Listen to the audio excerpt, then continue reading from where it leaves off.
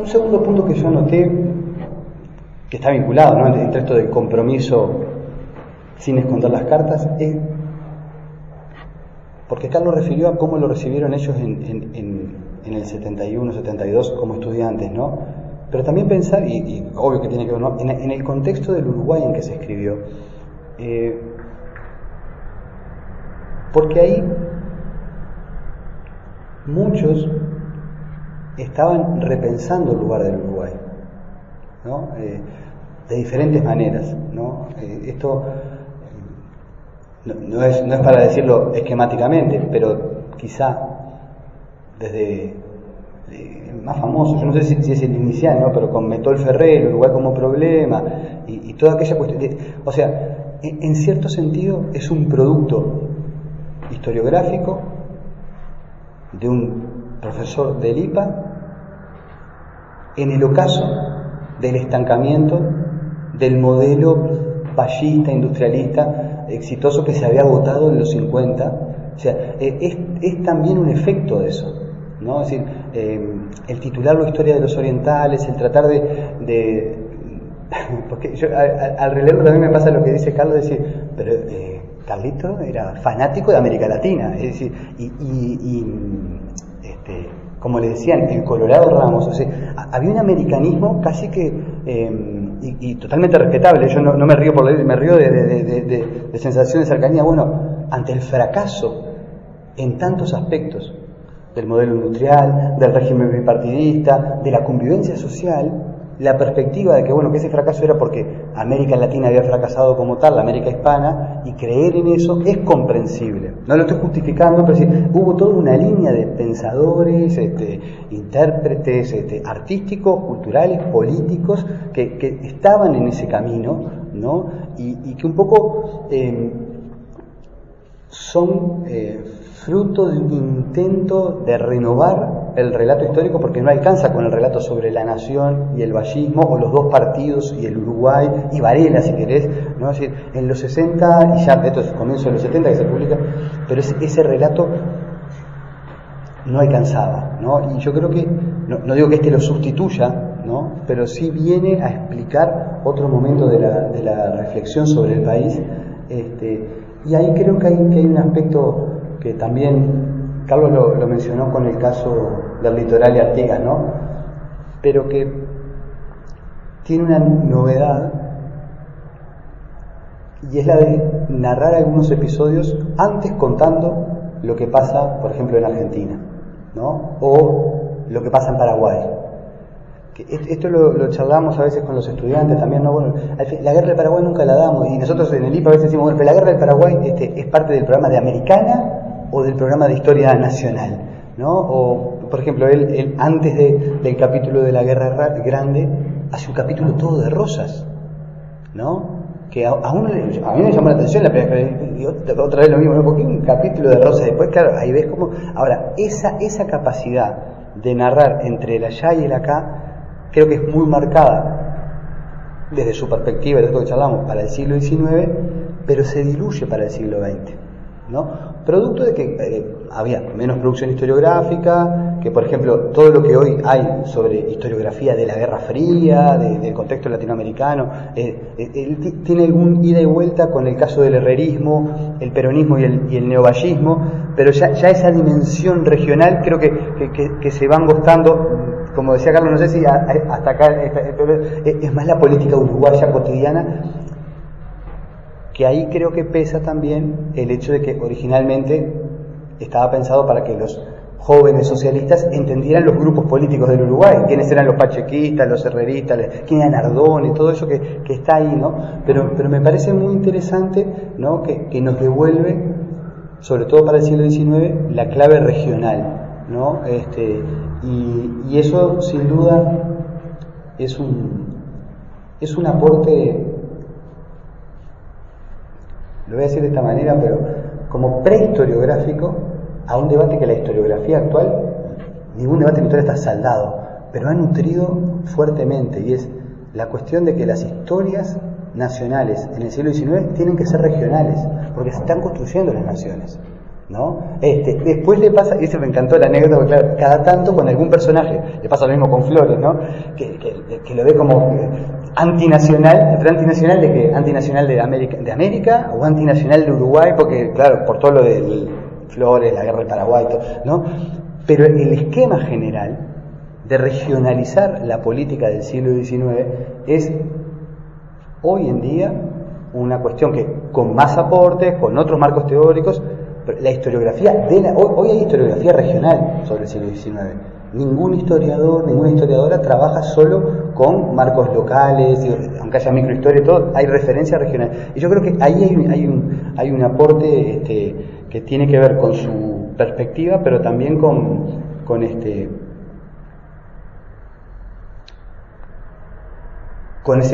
saber vivo, ¿no? Es decir,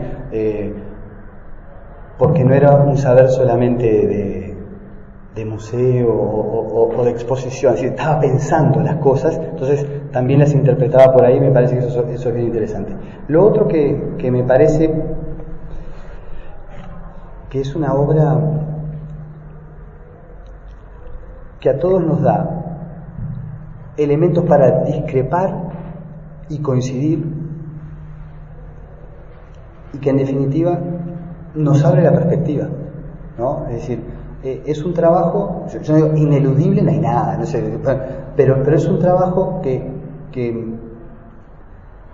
viene a complementar, por ejemplo, necesidades, sesgos de incluir otras visiones de la historia, otras críticas a la llamada historia tradicional. En algún momento cuando te escuchaba, Carlos, ¿sabes en qué pensé? Y creo que acá hay por suerte varias generaciones, ¿no? Pero en aquello de que, ¿te acordás que en Uruguay no hubo un censo hasta el año 63, ¿no? Es decir, no es el único dato, pero es sintomático que entre 1908 y el 63 no hubo censos. Había otros datos, no es que no había, pero eso se puede tomar como un pequeño síntoma, pequeño, no digo que sea, ¿no?, de cierta autocomplacencia estadística, por lo menos, ¿no? Sí, bueno, porque la prosperidad con sus altibajos no hacía necesario medirse. Incluso, bueno, esto lo has trabajado también en los cursos, ¿no? Cuando los datos del censo fue un bajón, porque no llegamos a las 3 millones, ¿está? Pero me parece que en cierto sentido, y esto las profes de historiografía, que nosotros también aprendimos mucho con ellas, Leticia Solera, Ana Rivero, han trabajado, ¿no? La historiografía política uruguaya de ese tramo, ¿no?, entre la primera mitad del siglo y los años 60, había anudado en torno a Pivel, esto lo digo con cuidado pero para entender, un relato, no es autocomplaciente, pero legitimador de un momento de la historia del país en donde los dos partidos, que además, pensemos esto, ¿no?, el censo fue en el 63, en las elecciones del 62 se habían intentado las unidades de la izquierda, incluso Machado participó en una unidad que fue con Trigas y Hierro, la Unidad Popular Socialista con Blanco, que fue un fracaso político, y ahí fue que Solari escribió, ¿se acuerdan?, Requiem para la izquierda, no sé, parecía como que esa visión de que la historia era la historia política, ¿no?, pero los partidos blanco colorado con sus variedades, pero coparticipando, cogobernando. Incluso va a surgir después una revisión, pero continuista del pibelianismo, que va a ser la idea de partidocracia.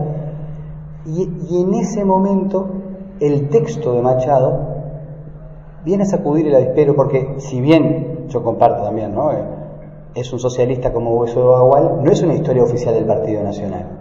Es una historia crítica con muchas cosas oficiales del Estado Colorado, ¿no? Entonces, eso generó un sacudo muy importante, ¿no? Y me parece que lo convierten en un material alternativo, explicativo de una mirada del país que no quiere ser solo uruguayista, aunque es uruguayo, pero intenta ser regionalista, ¿no? Y eso abre una perspectiva muy grande para todos cuando nos acercamos al pasado, ¿no?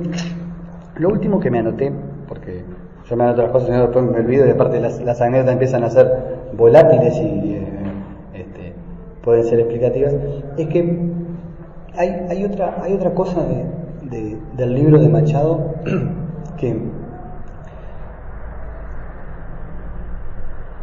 es fascinante, Al menos para mí. Después, cada uno, bueno, los lectores siempre hacemos del libro un poco nuestro territorio, ¿no?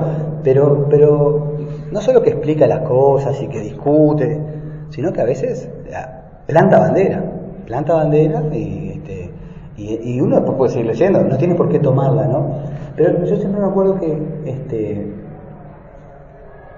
me llamó la atención y en parte sentí simpatía, pero en parte me generó, capaz que por mi uruguayismo, eso cada uno lo verá, no sé, siempre cuando uno lee después tiene que repensar por qué piensa algunas cosas, pero después en el capítulo de Rosas, que es un capítulo polémico, él termina con esta frase, y después de explicar todo, es un capítulo largo, está buenísimo me parece, pero él termina diciendo, con él todos los buenos argentinos, así, ¿no? Con él todos los buenos argentinos, que uno supone que además en ese momento Carlitos se sentía parte de los buenos argentinos, al escribirlo, ¿no? Se está metido ahí,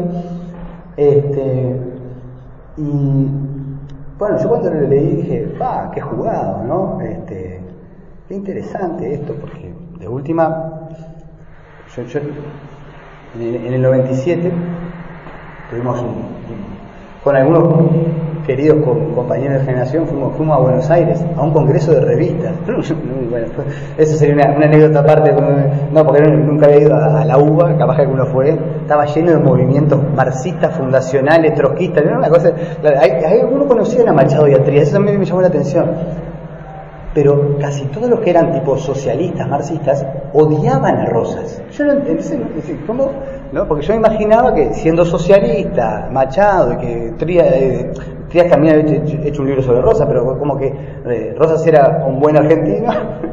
Incluso algunos nos decían, en casa, estoy hablando del 97, en casa no se nombra Rosas. ¿No? Y yo, wow, ¿y esto qué? No sé.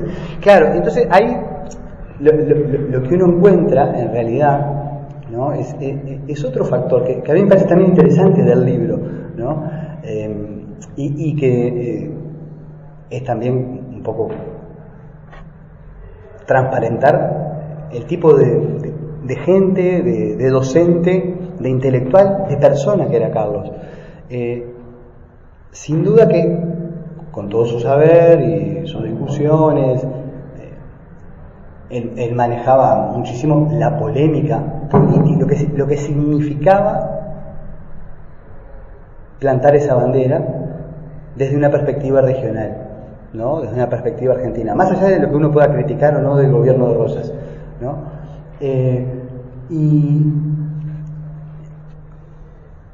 en cierto momento, cuando me tocó trabajarlo dando clases en sexto, ¿no? Con los chiquilines, yo hacía comparar el capítulo de Carlitos Machado con el capítulo de Barran sobre la Guerra Grande, a ver qué mirada tenía cada uno, ¿no? Y les pedía que fueran críticos con ambos, y sobre todo ponía el acento, miren cómo termina el capítulo Machado, como que era un hincha de Rosas, pero me quedó picando la cosa, porque está bien que sea hincha o no, que sea transparente. Y releyéndolo encontré algunos puntos, más allá de la bandera, unos puntos muy interesantes de cómo él llegaba a esa conclusión, ¿no? Decía, sobre todo por dos cosas que planteaba, no por el régimen en sí, sino por cierta aceptación de las clases populares y de los sectores subalternos, y por la popularidad de Rosas, no tanto por el antiimperialismo, eso más lo destaca Trías, ¿no? Entonces, claro, yo en algún momento decía, bueno, pero en realidad lo que pasa acá es que Machado, como tiene esta ideología americanista y Rosas tiene este perfil, bueno, él es hincha de Rosas y bárbaro, ¿no? Pero no puede ser que todo el mundo en Argentina, en Buenos Aires, no es Argentina, es crítico de Rosas, la academia es muy dura con Rosas, hasta que empezó a aparecer la nueva historiografía regional. No dicen con Rosas todos los buenos argentinos, pero hay trabajos muy buenos hoy en día, ¿no? Yo siempre recomiendo dos, uno también un historiador fallecido, muy joven, Jorge Hellman, y Fradkin, que tiene una investigación sobre la construcción del liderazgo político de Rosas, muy recomendable, yo lo pude conseguir acá en Uruguay. Y otro es Gabriel Di Meglio, quizá muchos lo conocen. Gabriel Di Meglio tiene clases, están todas gratuitas en la Universidad Libre por YouTube. Gabriel Di Meglio estudia la política popular, arranca en la Revolución de Mayo y llega hasta el rosismo, ¿no?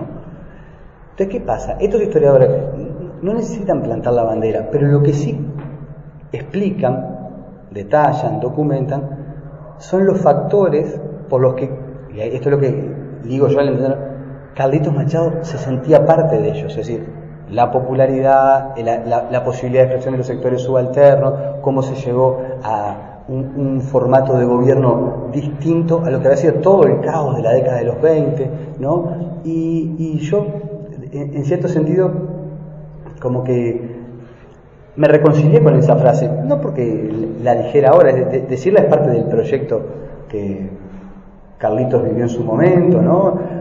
Pero me parece que, comprendiendo el contexto, no deja de tener un respaldo en su conocimiento de la historia, ¿no? Que esto es lo que me parece más genuino. No es que por capricho lo dice o porque era una pose, porque era medio federal socialista de Bagual, sino que su comprensión de lo histórico terminó reforzando su vocación por bueno, jugársela con un tema que era muy polémico y decirlo, ¿no? Entonces yo creo que eso de alguna manera